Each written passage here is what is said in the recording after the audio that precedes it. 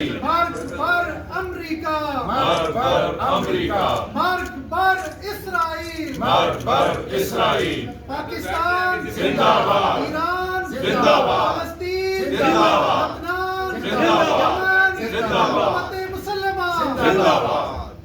ایران کا nuclear weapons بنانے کا کوئی ارادہ نہیں ہے، اس لیے یہ جو نیوکلیر ویپنز کا بہانہ ہے یہ صرف ایک بہانہ ہے۔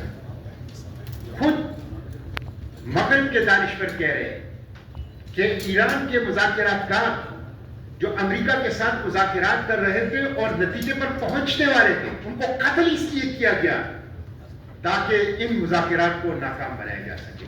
تو ہدف نیوکلیر ویپنز کے آڑ میں، اس کے بہانے میں دراصل ایران ہے، اور ایران کے آڑ میں دراصل عالم اسلام ہے اور امت مسلمہ ہے۔ شہید ہوئے ہیں، یہ صرف ایران کا نہیں پورے عالم اسلام کا نقصان ہے۔ میں اس نقصان کے اوپر ان کے ساتھ، ایرانی قوم کے ساتھ، ایران کی لیڈرشپ کے ساتھ وہ تعزیت کرتا ہوں اور اظہار یکجہتی کرتا ہوں کہ ہم ایران کے ساتھ ہیں، ہم ایران کے ساتھ کھڑے ہیں۔ امریکہ، یورپ اور صہیونیت کے اس شیطانی تکون کے مقابلے ہم ایران کے شانہ بشانہ ہیں، اور ایران انشاءاللہ فاتح ہوگا، فتح انشاءاللہ ایران کی ہوگی۔ دیکھیں، صہیونیت منگولوں سے بڑا خطرہ ہے۔